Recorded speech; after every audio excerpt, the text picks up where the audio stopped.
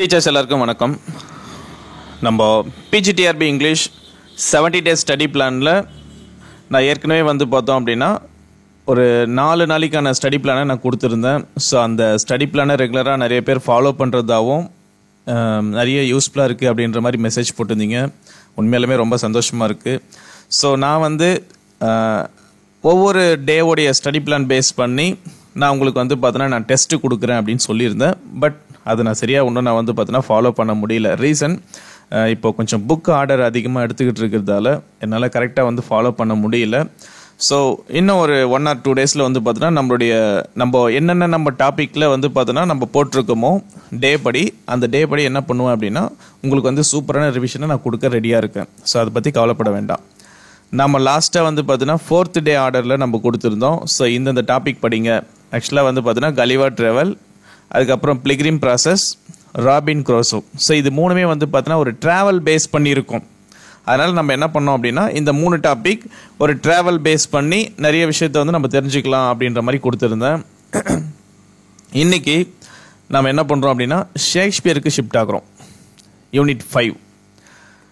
ஆக்சுவலாக உங்களுக்கு இப்போ தெரிஞ்சிருக்கும். நம்ம இப்போ என்ன பண்ணியிருக்கோம் அப்படின்னா 1வது யூனிட்லேயும் கொஞ்சம் லைட்டாக தொட்டிருக்கோம், 2வது யூனிட்லையும் லைட்டாக பண்ணியிருக்கோம், 4th யூனிட்டு 5th யூனிட்லேயும் நம்ம என்ன பண்ணிட்டோம் அப்படின்னா டச் பண்ணிட்டோம். 3rd யூனிட்ல ஒன்றும் டச் பண்ணலை.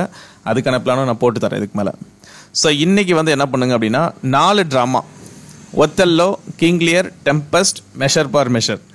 இது எப்படி படிங்க அப்படின்னா ஸ்டார்டிங் எடுத்த உடனே ஷேக்ஸ்பியர் பற்றின ஒரு கம்ப்ளீட் ஆத்தர் டீட்டெயிலாக படிச்சிருங்க. ஏன்னா இது ஷேக்ஸ்பியர் அதனுடைய இதுவே அப்படிதான். ஸோ ஆக்சுவலாக அவருடைய புக்கோட நம்மளுடைய சிலபஸோடைய டாப்பிக்கே பார்த்தோன்னா ஷேக்ஸ்பியர் அப்படின்றதால ஷேக்ஸ்பியரை பற்றி கொஞ்சம் கம்ப்ளீட்டாக தெரிஞ்சு வச்சுக்கோங்க. அதுக்கப்புறம் என்ன பண்ணுங்க அப்படின்னா ஒத்தல்லோ படிங்க. ஈஸியான ஒரு ப்ளே தான் ஆக்சுவலாக. இது ரெண்டுமே நம்ம புக்கில் பக்காவாக கொடுத்துருப்போம். ஒரு சின்னதாக தான் இருக்கும் புக்கு. கிங் லியரும் ஒத்தல்லோவும் ரெண்டும் சேர்த்து படிங்க. ஏன்னா அப்படின்னா இதுவுமே ரெண்டுமே ட்ராஜடி. அப்போது ட்ராஜிக் இன்சிடென்ட் பார்த்தீங்கன்னா ரெண்டுமே ஓரளவுக்கு ஈஸி அண்டர்ஸ்டாண்ட் பண்ணலாம். Character sketch very important. ஒத்தல்லோவில் எப்படி என்னென்ன கேரக்டர் இருக்காங்க, எஸ்பெஷலி நீங்கள் பார்த்தீங்கன்னா யாகோ இந்த கேரக்டரை நீங்கள் கம்ப்ளீட்டாக பார்க்கணும். அதே மாதிரி கிங் லியரில் லியருடைய டாத்தர்ஸ், அந்த 3 டாத்தருடைய பேர் ஞாபகம் வச்சுக்கோங்க. யார் பெரியவங்க, அவங்களுக்கு அப்புறம் யார் பிறந்தாங்க, அதுக்கப்புறம் யார், அந்த 3 டாத்தர்ஸ் பார்த்தீங்கன்னா ஆர்டராக தெரிஞ்சு வச்சுக்கோங்க. அதுக்கப்புறம் அவங்களுடைய ஹஸ்பண்ட் நேமு, அதே மாதிரி என்னென்ன ஹேப்பன்ஸ் எல்லாம் நடக்குது, கிங் லியர் கடைசியாக எப்படி இறந்து போகிறாரு, நடுவில் யார் யாரெல்லாம் பார்த்தோன்னா அவங்களுடைய மகள் எல்லாம் யார் இறந்து போகிறாங்க. ஸோ இது மாதிரியான விஷயங்கள் எல்லாமே பக்காவாக தெரிஞ்சு வச்சுக்கினா இந்த ப்ளே ஓகே ஆகிடும். டெம்பஸ்ட் பார்த்தோன்னா ஆல்ரெடி பழைய சிலபஸ்லேயே இருந்திருக்கு. அப்படி உங்களுக்கு இது புரியல அப்படின்னா 10th ஸ்டாண்டர்ட் புக்கை நீங்கள் ஒரு வாட்டி ரெஃபர் பண்ணிவிடுங்க. 10th ஸ்டாண்டர்டில் யூனிட் 1ல் பார்த்தோம் அப்படின்னா டெம்பஸ்ட் ஸ்டோரி பார்த்தீங்கன்னா கொடுத்துருப்பாங்க. சார்லஸ் லேம்போடைய சில்ட்ரன் ஸ்டோரி மாதிரி கொடுத்துருப்பாங்க. அதை நீங்கள் படிச்சுட்டு நீங்கள் இதை பார்த்தா கூட ஈஸியாக அண்டர்ஸ்டாண்ட் ஆகும். இல்லைனா என்னுடைய புக்கே நீங்கள் ஸ்ட்ரெயிட்டாக ரெஃபர் பண்ணுங்கள். மெஷர் ஃபார் மெஷரும் லாஸ்ட் இயரே இருந்தது. இது பார்த்தீங்கன்னா ஒரு சூப்பரான ஒரு காமெடியான ஒரு ப்ளே. நல்லா ஜாலியாக போய்டும் இதை படிக்கிறதுக்கு.